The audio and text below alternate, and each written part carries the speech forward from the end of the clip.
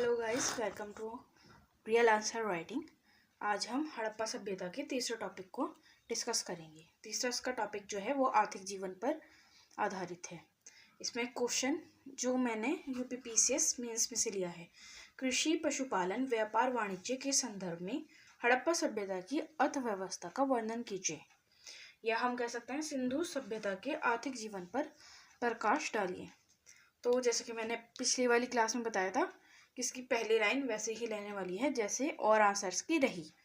तो हड़प्पा सभ्यता आदि ऐतिहासिक कांस्य आधारित नगरीय सभ्यता थी जिसकी अर्थव्यवस्था कृषि, पशुपालन एवं आंतरिक व विदेशी व्यापार पर निर्भर थी।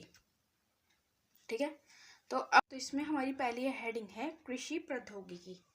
हड़प्पा सभ्यता व्यापार पर आधारित थी, लेकिन जो वहाँ की अर्थव्यवस्था थी उसका मुख्य आधार कृषि ही था।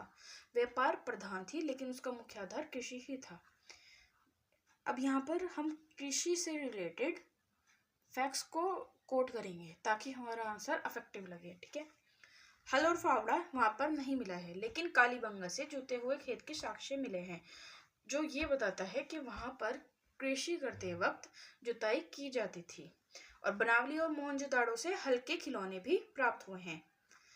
अब सेकंड इसमें पॉइंट आता है, हड़प्पा सभ्यता का जो क्षेत्र विस्तार था वो एक अर्ध शुष्क क्षेत्र था जहाँ पर पानी नहीं था, तो इसलिए वहाँ पर कृषि हेतु सिंचाई के लिए कुछ ना कुछ की मतलब पानी की जरूरत होती थी, तो उसके लिए नहर या कुएं हमें खोदने ही पड़ते थे। तो इसलिए हमने बताया यहाँ पर कि शोतुरगोई जो अफगानिस्तान में है वहाँ पर जो जो कृषि होती थी वो नहरों से, और धोलावीरा में हमें बहुत सारे जलाशय मिले हैं, वहाँ से सिंचाई होती थी। ये वाला जो फैक्ट है ये एनसीईआरटी से रिलेटेड है। ठीक है, पशुपालन हड़प्पा सभ्यता के लोग बैल, बकरी, गाय, सुअर आदि को पालते थे।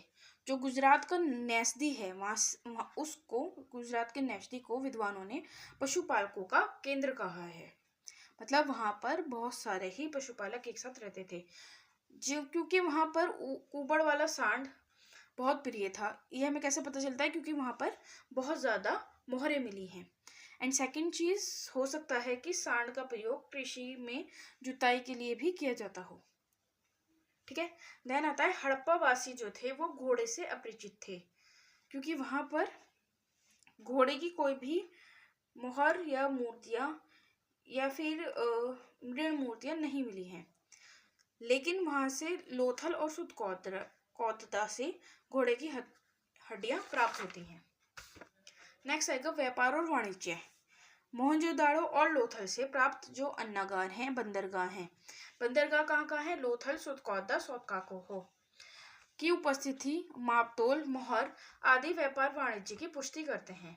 मतलब वहां पर व्यापार होता था, इसकी पुष्टि कहाँ से होती है? अन्नागार, बंदरगाहों, मापतोल के बाट हमें मिले हैं या इकाई मिली है जो 16 के अनुपात पर थी, उस सबसे व्यापार वाणिज्य की पुष्टि होती है। और कहाँ से होती है? मृदभांड पर चित्रित नाव और जहाजों के चित्र पाए जाते हैं। तो इसका मतलब ये हुआ कि वहां पर समुद्री व्यापार भी होता था। ठीक है, और नौका का मॉडल मिला है कहाँ से? लोथल से। जो ये व्यापार था ये वस्तु विनिमय पर आधारित था।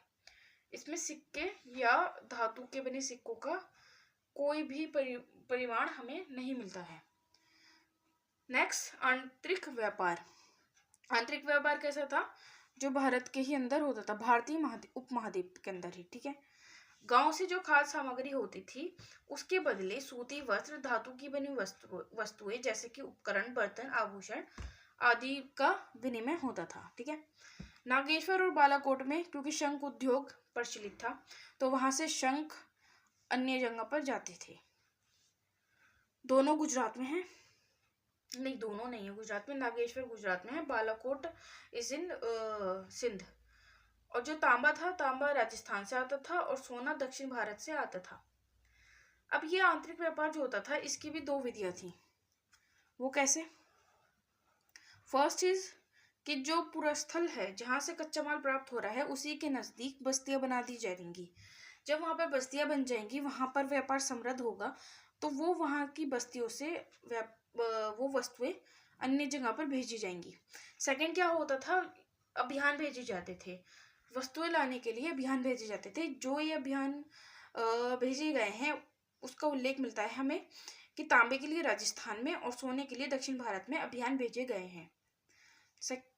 इसके आगे पॉइंट है कि कच्चा माल के मुख्य क्षेत्र, कहाँ से हमें कच्चा माल प्राप्त होता था? गुजरात, सिंध, राजस्थान, दक्षिण भारत, बलूचिस्तान आदि यहाँ से हमें कच्चा माल प्राप्त होते थे। यहाँ पे हमने छोटी सी एक टेबल भी दे दिया है जिसमें हमने वस्तुएं दी हैं और वहां वो कहाँ से प्राप्त होती थी। जैसे शंख गुजरात और दक्षिण भारत से, कर्नीलियन पत्थर जिसका प्रयोग होता था मोहरे बनाने में, वो भड़ौच गुजरात से, सेलखड़ी दक्षिणी राजस्थान और उत्तरी गुजरात से, लाजवानी अफगानिस्तान का एरिया बदखशा थे से। नेक्स्ट आएगा इसका विदेशी व्यापार। अब विदेशी व्यापार से हमें के परिमाण हमें क्या क्या मिले हैं, सोर्सेस क्या क्या है इसके? सुमेरियन लेख हैं जिसमें मेलुआ का यूज हुआ है, मेलुआ के लिए यूज हुआ है, सिंधु के लिए, और उसी लेख में दिलमुन का यूज हुआ है बहरीन के लिए, और मागन का यूज हुआ है ओमान के लिए। अब ये इसको आप ऐसे लिख सकते हैं कि सुमेरियन लेखों में सुमेरियन व्यापारी मेलुआ के व्यापारी के साथ वस्तु विनिमय करते थे, ये उस लेख में लिखा गया है। और जो बहरीन और ओमान है वो वहां पर बिचौलिया का कार्य करते थे। इसके अतिरिक्त मोहनजोदड़ो से हमें मोहर भी मिली है जो सुमेरियन नाव, उस मोहर पर सुमेरियन नाव चित्रांकित है। फारस की मोहर हमें लोथल से मिलती है और कालीबंगा से बेलनाकार मोहर भी मिलती है, जो कि विदेशी व्यापार का ही वो बताती है कि वहां से विदेशी व्यापार होता था, वो हमारी नहीं है सिंधु सभ्यता की। ओके, तो यहाँ पर स्थल व्यापार किसके साथ होता था? ईरान और अफगानिस्तान से। और जलीय व्यापार होता था मिस्र, मेसोपोटामिया आदि से।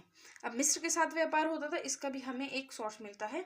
मिस्र के साथ भी सिंधवासियों के व्यापारी संबंध के साक्ष्य मिले हैं, और वो साक्ष्य क्या है?